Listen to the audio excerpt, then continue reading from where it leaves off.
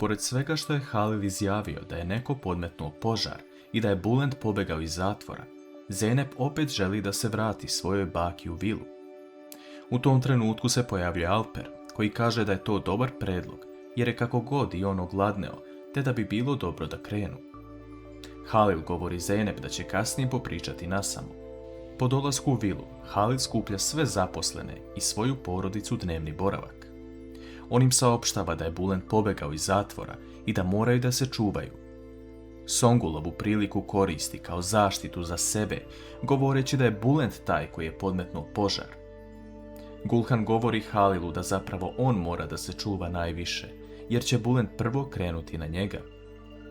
S druge strane, Jusuf zove Hakana, koji sedi tužan na klupi, jer Feriha ne želi ni da ga pogleda više. Jusuf mu govori da svoj restoran mora da ostavi njemu i Ferihi, jer je to u amanet od njegovog oca. On veruje da će se oni dobro pobrinuti za to, a Hakan mu govori da Feriha ne želi ni da ga pogleda više. Jusuf govori da Hakan nije više onaj stari i da će sigurno pronaći način da joj priđe. Halil priča sa Zeynep u kuhinji o tome kako ona mora da se čuva sada i da se ne kreće bespotrebno.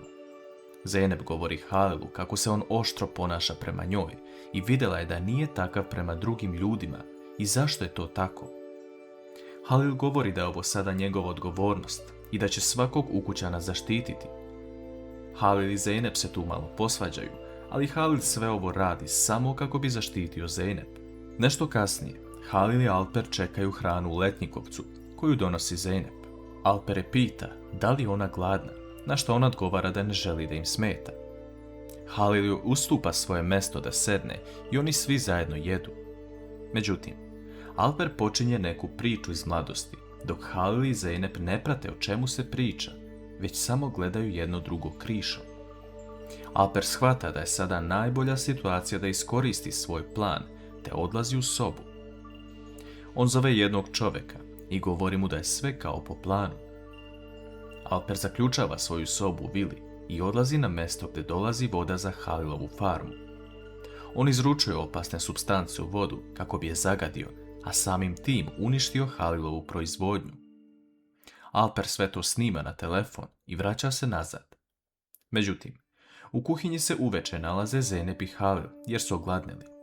U jednom trenutku se čuju vrata vile, a Halil polako kreće da vidi ko je to. Halil i Zeynep nailaze na Alpera koji dolazi kasno uveče, ali on im se izvinjava te odlazi u svoju sobu. Po dolasku u sobu, Alper govori da sljedeći put mora biti pažljiviji jer je bio na korak da ga Halil razotkrije.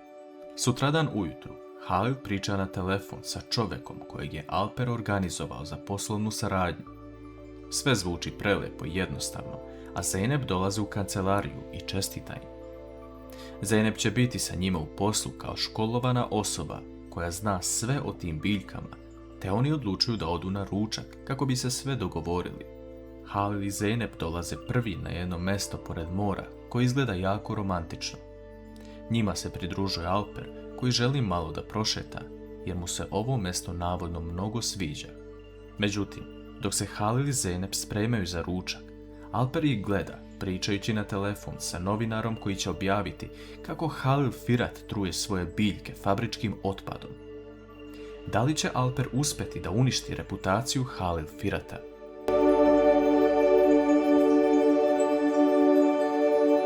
Halil i Zeynep provode prelepe trenutke nasamo, dok Alper šeta pored mora. Zeynep priča kako joj prija more i da je uvek voljela da bude u zagrljaju mora, dok su se drugi ljudi plašili toga. Halil joj govori da ona kao dete i da se pokrije ušima kada joj neko nešto kaže, a ona ga pita da li znaš šta je to najbolje kod dece. To što oni uživaju u trenutku. Zeynep želi da uživa u trenutku mora koji je posle dugo vremena dobila, a Halil joj govori da li to znači da se sada plaši nakon što se sve desilo. Ona mu odgovara da se plaši, ali da neće dozvoliti da taj strah preuzme njen život. Alper dolazi i svi se spremaju za ručak.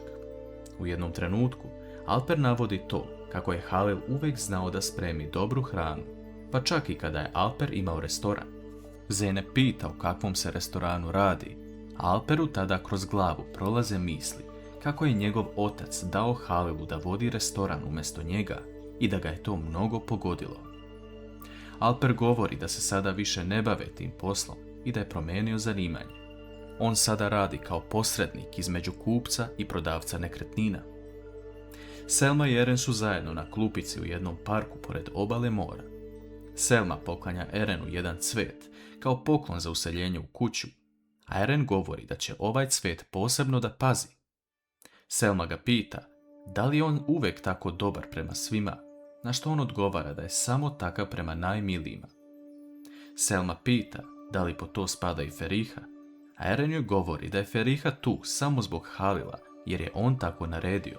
Dok Halil i Zeynep šetaju plažom, Alper im prilazi i pita ko je ta osoba po imenu Bulend i šta je uradila da se ovo sve moralo desiti. Halil govori da je Bulend hteo da zapali farmu, ali da je uradio mnogo drugih stvari, zbog kojih su završili u policijskoj stanici. Alper sada shvata da potencijalno može imati pomoćnika sa kojim će uništiti Halila. Nešto kasnije, Eren dolazi na farmu i vidi da tamo nema Halila. On ga odmah poziva na telefon, govoreći da su novine izbacile vest kako Halil Firat zagađuje svoju vodu, a samim tim i sve biljke na farmi. Halil govori Erenu da prvo ode na farmu i da zaustavi vodu kako ne bi otišla dalje jer se to ne sme desiti i da vrati ljude koji su krenuli sa kamionom. Alperu je drago što je uspeo da iznervira Halila i da je ovo tek početak koji mu sprema. Oni se svi zajedno vraćaju u vilu, a tamo su čak i ostali novinari došli da uzmu intervju od Halila šta se desilo.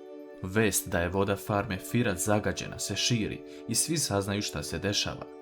Panika u porodici vlada jer ovo može značiti kraj svega. Halil govori da mora odmah otići na farmu da pogleda snimke kamera, a Alper polazi sa njim. Pre nego što Halil krene, Zeynep želi da ide sa njima, ali on joj ne dozvoljava, govoreći da će opet upasti u neki problem, te da ostane sa svojom porodicom. Halil odlazi sa Alperom do izvora vode, a tamo ih čeka Eren. Eren govori da ljudi već gledaju kamere, a Alper se zabrine, pitajući kakve kamere imaju ovdje. Eren govori da su to kamere na solarni sistem i da su dobro kamuflirane. Međutim, oni ne dobijaju nikakve informacije, te Halil kreće na drugi izvor. Zeynep je već došla na taj drugi izvor, ali nešto je zapazila što može značiti u ovoj istrazi. Halil pita Čemila da li je službeni automobil ispred farme, a Čemil govori da nije. Halil već zna da je Zeynep uzela automobil i krenula na lice mesta. On kreće da je traži i slučajno je spasi da ne padne u šumi. Kako će Halil reagovati kada sazna da ga Zeynep nije poslušala i šta je to ona zapravo pronašla?